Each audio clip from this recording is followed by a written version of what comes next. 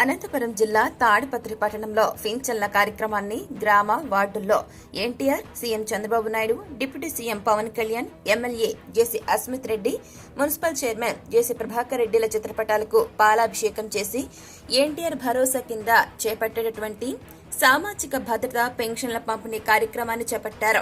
ఈ సందర్భంగా టీడీపీ కార్యకర్తలు, కౌన్సిలర్లు మాట్లాడుతూ టీడీపీని గెలిపించినందుకు గాను ప్రతి ఒక్కరికి ధన్యవాదాలు తెలియజేశారు. ఎన్నికల్లో పెన్షన్లపై ఇచ్చిన వాగ్దానాన్ని ఎన్నికల సమయంలో 3,000 నుంచి 4,000 రూపాయలు చేస్తూ ఏప్రిల్, మే, జూన్ 3 నెలలు అదనంగా జత చేసి 3,000 రూపాయలు మొత్తాన్ని కలిపి జూలై నెలలో ప్రభుత్వం ఏర్పడ్డాక 7,000 రూపాయల పెన్షన్ పంపిణీ కార్యక్రమాన్ని నిర్వహించారు. తాడిపత్రిలోని గన్నేవరపల్లి కాలనీ మరియు పట్టణంలోని వార్డుల్లో పింఛన్ల కార్యక్రమాన్ని నిర్వహించారు.